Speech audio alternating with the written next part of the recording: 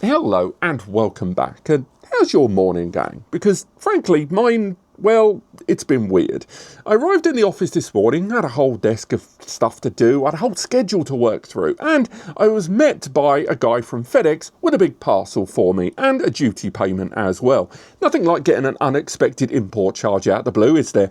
And I asked him kind of, oh, do you know what it is? And he couldn't tell me what it was, so I paid the duty payment. I went up the stairs and I arrived here in the office, and when I opened the box up, I was looking at this, the WTR Max. And as you can understand or appreciate here at the channel, I wasn't thrilled to bits because, don't get me wrong, I love getting sent sugar in the post, but I'll say right now, I've already reviewed the WTR Max. It was one of my favourite NASs of last year, so it's lovely to have, but I already reviewed it. And then I looked at the side, and then as hopefully you can see on screen right now, I noticed this is an Intel i5-1235U, an Alder Lake processor. This arrived with an AMD originally. The WTR Max arrived with the AMD A845HS processor. Again, lovely little processor there with plenty of lanes to fulfill not only 5 individual M.2 NVMe slots alongside an M.2 for Wi-Fi, it also had two 10 gig ports, two 2.5 gig ports there. A couple of SODIMM slots inside there. I loved the design of it. I loved the cooling. I loved the noise. I loved that one of the bays had M.2 NVMe's there built into one of them there. It was a great system arriving at $699, and again, one of my favourite NASs of last year. But the idea that the brand is now moving towards an Intel profile, I'll be honest, that intrigues me, and we'll talk about it more later in the video, but this is not a review. This has been in the room at this point, I think, for about 6 hours, largely because I had other things to do. And now, after taking a bunch of photos, taking a bunch of videos of it, I want to go through some first impressions. I want to know, is this genuinely the same NAS with a different CPU? Have they cut anything back? Have they cut back any services? Are there different network controllers? And right now, in a very cursory glance, going through the BIOS, going through hopefully Unraid later on and going through some of the profile, finding out if the WTR Max Intel version is going to be worth our time. But before we go further, it's worth highlighting, I didn't know this was coming.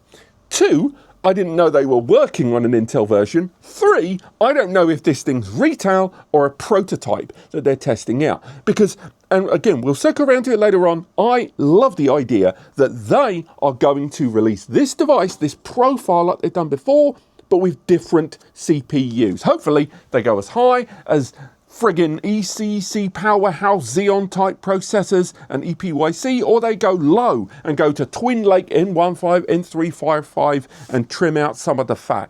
Ultimately, I love the idea of them going down this road with Intel, but let's get this device connected up, let's KVM into it and find out more.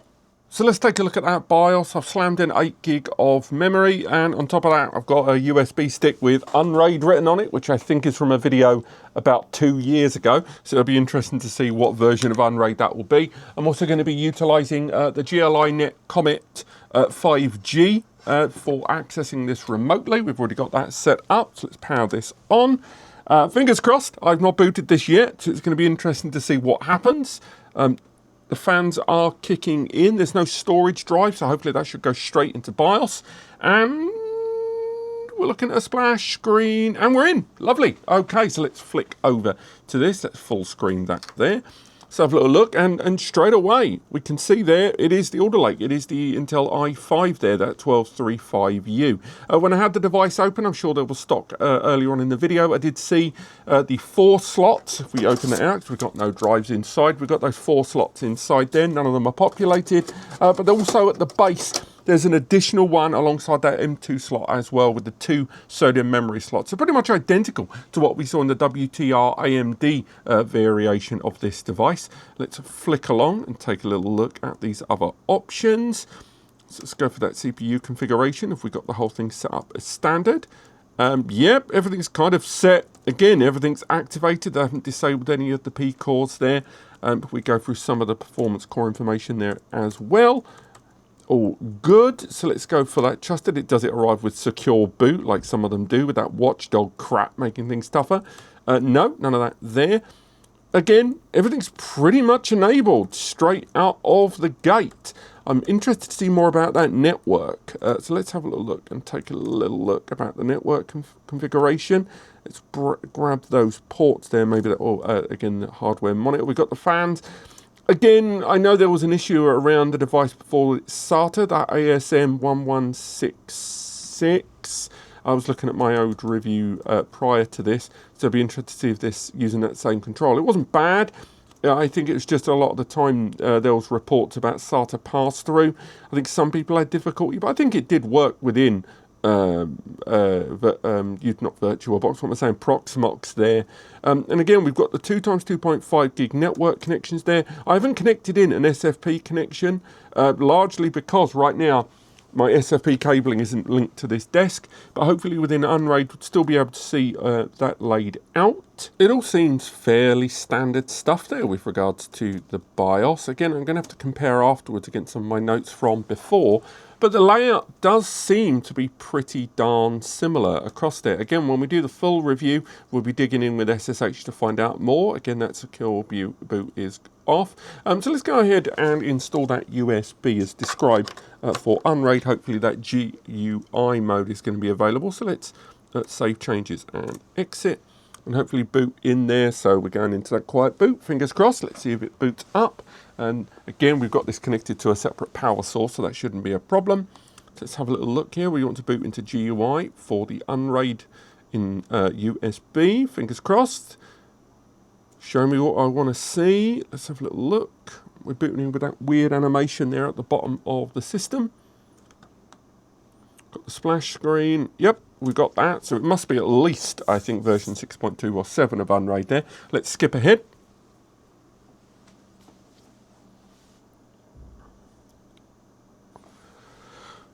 Actually, while it's loading up Unraid, let's take a moment there, because this is an interesting idea. If they are going to be rolling out this configuration, but with different CPUs, that's actually quite a smart idea, because the Aoostar, yes, it was popular because of the pricing when it rolled out, and it really did give the Minis Forum a run for its money because they launched at a relatively similar time. But what I'm interested more in is how much this configuration will lend, not only to that 12th gen Alder Lake that they've gone with, which, let's be honest, does feel a little old, but in the current environment and pricing, I can understand why they might do that to remain competitive. But I like the idea of this box with different CPUs inside. Now, when you look at something like B-Link with their attitude to NAS, they're going with that slide-out model. I like the idea of Aoostar, who have spent presumably quite a lot of money on this profile, then just kind of expanding outwards towards different configurations, different network configurations, different configurations of a CPU and the memory there. I like this idea, and particularly if they start moving towards some of the more VM-centric or the multimedia-centric profiles. If Aoostar make this system with this lovely combined drive bay like they've done before, but with different CPU configs, and I mean they go low. We're talking Intel Twin Lake N355, N150 variations, you know, a few $100s. Obviously, they'd have to trim back on a lot of the connections to the M.2s. That sounds really appealing to me. Let's log into Unraid, though, before we get a little bit ahead of ourselves to find out more about the network configuration here. Let's get that up. For those that aren't aware, if you didn't know, Unraid does have a GUI that you can just access via the HDMI. Not a lot of people use it, but it's actually surprisingly adept. As we can see there at the top, this is running Unraid 700, so it's a beta. This is an old USB stick. And again, we're seeing the layout of that CPU there. We've got all of the cores, fantastic, and the threads to play with. There's that 8 gig that I put inside, and we've got all 4 of the network one there on board, all of the fans, just like the original. Let's go make our way into the tools and have a little look at system devices, because that's where we're going to find out a little bit more about that configuration and layout there. Okay, so we can see again there's those 2.5 gig connections, and there we've got slightly older, is that 82599ES. I was doing some checks during the build. Let's come out of that, because I was looking at my original review of this device. So that I wrote in my original review that was running the X710 based original SFP connectors there and that controller. I'll have to dig into some of my original screen recordings to find out more about it. But yeah, it's pretty much identical there, I think, based on what we're seeing with that. And again, moving along, we've got the layout there across the different PCIe. I will have to compare against my original recordings, but this is pretty much in line with other systems that have used that 1235U processor. The Ugreen DXP 6800 and 8800 Plus. TerraMaster's utility of that processor in their Mac series. So again, it's quite nice to see, and indeed they have seemingly carried over the bulk of the configuration of the original WTR Macs into this Intel profile, moving away from the AMD. Lovely. Now I'm going to dig more into this on the way towards the full review once I establish if this is a prototype or a full-on retail release. But straight away, the Oculink port seems to be at 4x4, and the USB port is either at ×2 or ×4, but that is Gen 4 still. So again, remarkably similar to what we've already seen in the profiling of the original AMD model there.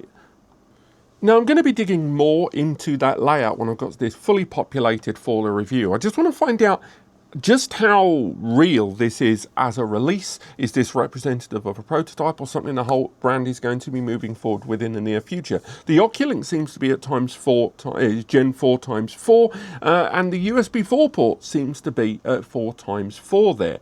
Now, digging in to the CPU a little bit there, you've got 20 lanes of Gen 4 to play with there, and you compare that against the 8845 HS in the WTR Macs that we're aware of right now. And that's 20 lanes as well, so you can kind of see why they've gone for this processor. And also when I went to their main homepage, I could see they've already started renaming their pages. Instead of the WTR Max, it's now the WTR Max 8845, which lends more credence to this system being a confirmed product. Also factoring in that WTR Max, the 8845, which we're now going to be calling moving forward the original system, is currently priced at $669, and that $699 price is what it rolled out with University at launch. With this CPU being a fraction older and definitely more affordable, I do think we are looking at a situation here where they might flog this thing in line with rising hard drive and RAM prices, probably somewhere closer to the 5,550 mark, perhaps, which will be a decent saving. And also, there are going to be those of you that actually want to go for that Intel processor because of things like QuickSync.